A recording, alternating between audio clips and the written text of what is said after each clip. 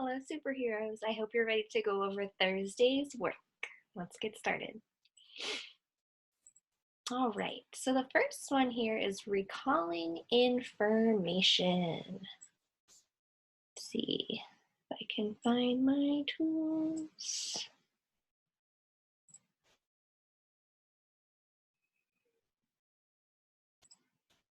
There we go.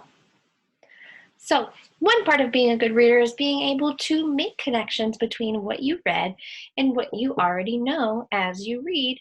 Think about how a subject is similar to other subjects you know about. So this example just talks about Dr. Seuss. Let's go down. Number one, Helen Keller was a great person. She was a baby. When she was a baby, she got very sick. She could not see or hear. When she was 6 years old, she had a teacher named Anne Sullivan. She taught Helen to use sign language. Helen learned to read and write. Helen helped other people who could not see or hear. The article would most likely be found in a book about A, people who helped others, B, people who get sick, C, kids who like to read, or D, kids who go to school. Your answer should have been A, people who helped others, because that is what Helen Keller did. Number two, sea stars are sometimes called starfish, but they are not really fish at all. They are a kind of sea animal that can be found in tide pools. A tide pool is a small pool of water left on the beach. Sea stars are shaped like a star with 5 legs. They use the suckers on the bottom of their legs to hold on to the rocks. A person who wants to know more about sea stars should most likely read which other article? Should they read Animals of the Tide Pool, How Ocean Animals Eat, Wonderful Fish, or Studying the Stars? So a person who wants to know more about sea stars should probably read an article of Animals of the Tide Pool.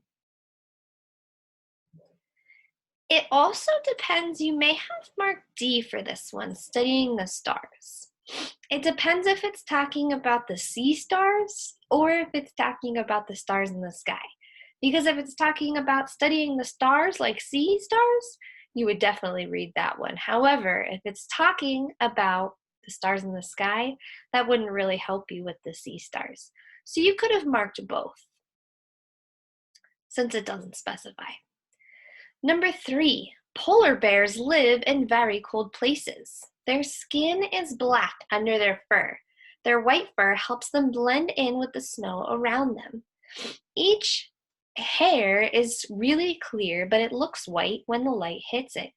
Blending in with the snow helps the polar bear sneak up on other animals while it's hunting.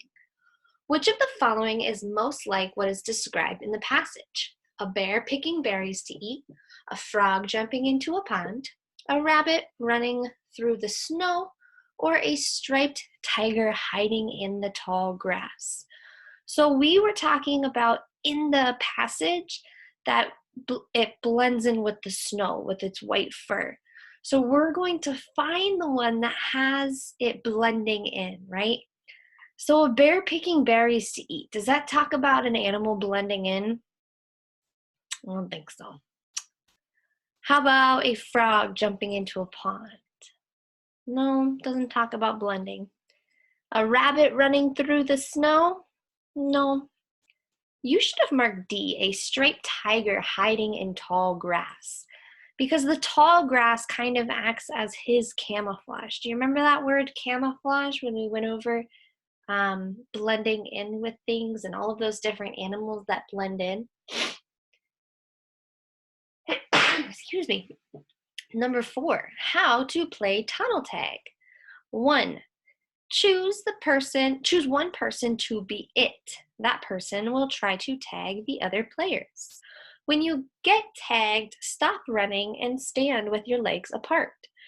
Another player who has not been tagged can crawl through your legs to free you so you can run again. When everyone has been tagged, choose a new person to be it. Which game is most similar to tunnel tag? Hopscotch, hide and seek, freeze tag, or jump rope? You should have marked freeze tag because when you get tagged, you freeze. Kind of like tunnel tag when they stand with their legs apart. And remember, during free tag, if you get touched after you're frozen, you're free, you're unfrozen. So just like freeze tag and just like tunnel tag, if somebody crawls under your legs while you're standing there, you are untagged. Animals of the deep. Deep down in the ocean lives a special kind of animal. In the depths of the ocean, no sunlight can reach the ocean floor. Like fireflies we see in our backyards, these special animals make their own light. It looks like the animal is glowing. Fish, jellyfish, and octopuses are just a few animals who can do this. Why do these creatures create their own light? They do it to find mates, find food, and as a way to protect themselves. You would most likely find an article like this in a book about sunlight, the ocean, backyard insects, or fireflies. You should have marked the ocean because this is talking about the animals in the ocean creating their own light. Units of length. So we have inches, we have yardsticks, meter sticks, measuring tapes, the things you would use. So, number one, which measuring tool can be used to measure length? Length is how long something is. So, now that you know that length is how long something is, you should have chosen W. This one right here measures temperature. This one right here measures a liquid. And this one right here measures a weight. This is a scale. Which of the following tools can be used to measure the length of a living room? Would you use a measuring cup, a yardstick, a thermometer, or a watch? Well, we know that a measuring cup won't work because we use that for cooking. We know that a thermometer won't work because we're not taking the temperature of the living room. And we know that a watch won't work because we're not telling time of the living room. So the only one that would make sense is yardstick. Number 3, Danny measures his dining table in feet and finds it to be 5 feet long. Next, he measures the tables in inches and finds it to be 60 inches long. Why is the number of feet less than the number of inches? Inches are larger units than feet. Well, we know that's not right. Inches are smaller units. That's correct. Inches are larger units. That's not correct. And inches are smaller units. Now we have to read the second part. It takes fewer inches than feet, or it takes more inches than feet. So if you're thinking about it, we know that 12 inches equals 1 foot. Oops, man, this thing is not working out for me. So 12 inches equals 1 foot. Does it take more inches or less inches? So which number is bigger, 12 or 1? So for this one, you should have said it takes more inches to measure than feet. D. Number 4, about how long is a paperback book? Is it 4 feet, 4 centimeters, 4 meters, or 4 inches? You should have marked 4 inches. Feet and meters is too big, centimeters is too small. Number 5, which of the following tools would you use to measure the length of a school hallway? Remember, measure the length. So, in that case, you would not use a watch. You would not use a measuring cup. You would not use a thermometer. So you should have marked a meter stick. That's for length. Down to retelling stories already. When you retell a story, you do it in a much shorter way. A retelling of a story talks about the most important ideas or events of the story.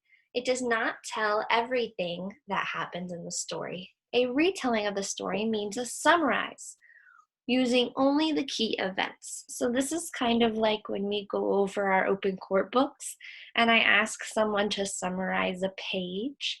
I'm not telling you to reread the whole page. I'm just saying, tell me the most important parts. So, why the Alps have snow? Long ago, a man named Flavian was climbing a mountain. The mountain was part of the Swiss Alps.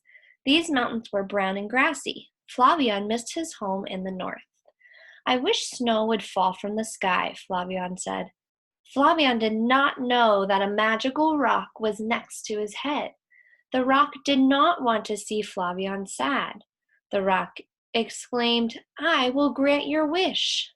Snow began to fall. The Swiss Alps have snow today. So what is the best way to retell the story?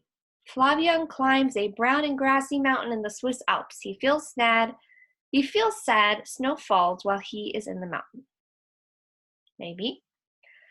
Flavian climbs a mountain. He misses the north and wishes for snow. A magical rock grants his wish. Now the Alps have snow. Flavian does not know that he is near a magical rock. The rock wants Flavian to be happy. Snow begins to fall. Or Flavian is sad and misses his home. He wishes for snow to fall. He does not know the magical rock makes his wish come true. There's a couple of these that would make the most sense, but I would say that number 2 should be your summary. Flavian climbs a mountain. He misses the north and wishes for snow. A magical rock grants his wish. Now the Alps have snow. Number 2, which choice best summarizes the poem? Mixed up Mike. Mike went to school with drool on his face, his hair sticking up, his shoes never laced. Mike forgot books and lunches to eat. He even wore different socks on his feet. Mike looked in the mirror. He sighed and he said, one day I might comb my crazy, wild bedhead. Funny poem, huh? Which choice best summarizes the poem? Mike goes to school looking messy. He thinks about fixing the way he looks someday. Mike does not have matching socks. He has to wear a green one and a blue one. Mike cannot remember where his books are. They might be in his bedroom. Or Mike thinks his hair looks terrible and tries to slick it down. It looks worse. There's a couple here that we definitely can cross off. So he doesn't fix his hair in the poem. It doesn't talk about where his books are. And it doesn't talk about the color socks he wore. So the only one that would make sense in this one is A. This is the one that summarizes it. Mike goes to school looking messy. He thinks about fixing the way he looks someday.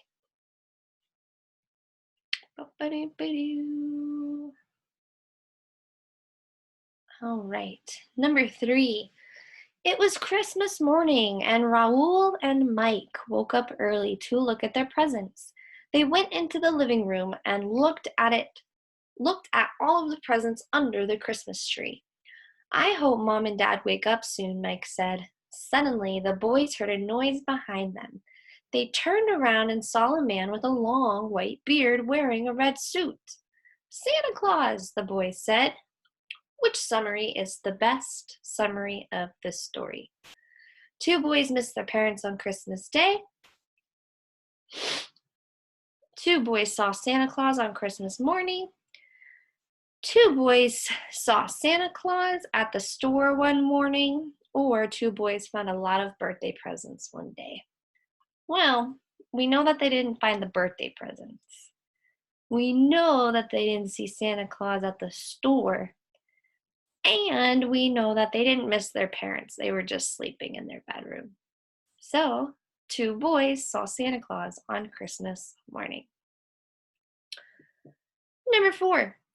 On Saturday morning, Jan woke up at 9 a.m. She had eggs and toast for breakfast. Her soccer team played the Danville Dodgers at 11 a.m. They won with a score of 3-2. After the game, Jane was tired and hungry. She ate grilled chicken and salad at 1 p.m. Then she took a long nap. In the evening, she went with friends to the movie Super Dogs at 8:15 p.m. Which best summarizes Jane's day? Jane ate grilled chicken and a salad and went to the movies. Jane played a soccer game, took a long nap, and went to the movies. Jane saw Super Dogs and had eggs and toast for breakfast. Or Jane's team won with a score of 3-2. She took a long nap. The one that would make the most sense is B. Because in B, Jane played a soccer game, took a long nap, and went to the movies. So it does talk about all of the things she ate. However, these are the most important and big things she does. We're just not talking about the food. And number 5, which is the best way to retell the story below? Rachel tied her shoes again while she waited for the bus. She was starting a new school, and she was not happy. She missed her old school friend and friends. Now she had to make new friends. Another girl walked up to the bus stop. "Hi," she said. "I'm Lizzie. What's your name?" "I'm Rachel." Rachel said, "I'm new." "Cool," said Lizzie. "I'll show you around." Rachel smiled. She had made a new friend. Which is the best way to retell the story? A. Rachel did not want to leave her old school and friends. She was at the bus stop. B. Rachel made friends with a girl named Lizzie on her first day at a new school. C. Rachel made friends with Lizzie while waiting for the bus. She tied her shoes. Or D. Rachel tied her shoes at the bus stop. She did not want to make new friends. Your answer should have been B. Rachel made friends with a girl named Lizzie on her first day at a new school. That's the one that makes the most sense and the most important in the story that we read. And finally, your last assignment for today is measuring length. So we are using the rulers given to measure the length in centimeters and inches. These are all examples. Question 1. Write in each object to the correct location in the chart. Not all objects will be used. First, use the ruler to compare the length of each object. Then put the objects in the correct box in the chart. So Miss Nisley cannot cut out this ruler, but I can kind of guess. Let's see. 1 centimeter longer than the paper clip. So the paper clip you can see is 2 centimeters. Actually, I don't know how this one's going to work. So I'm going to move on. I think you guys can cut this out and measure it yourself. Then put the objects in the boxes. 1 centimeter longer than the paper clip and 3 centimeters longer than the paper clip. Number 2, use a ruler to find the length of both the feather and the screw. I wish I had a ruler. Let's see. I'm going to do this. And I'll drag it up here and measure it. So you should have marked 2 centimeters for the screw. And I'm trying to get creative here. And 4 centimeters for the feather. So 2 centimeters and 4 centimeters.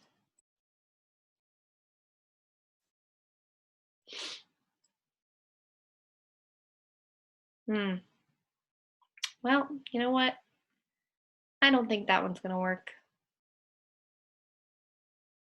either, because this ruler is not actually centimeters. It's just a markup. So unfortunately, Miss Nestle can't do this one with you, but I think that when you have a ruler at home, you're going to be able to measure these yourself and you can stop at setting for today. I'm sorry I couldn't help you with the last one, but I think you guys can do it by yourself. So use one of those rulers, make sure you're measuring awesomely, and I'll see you next time. Bye, guys.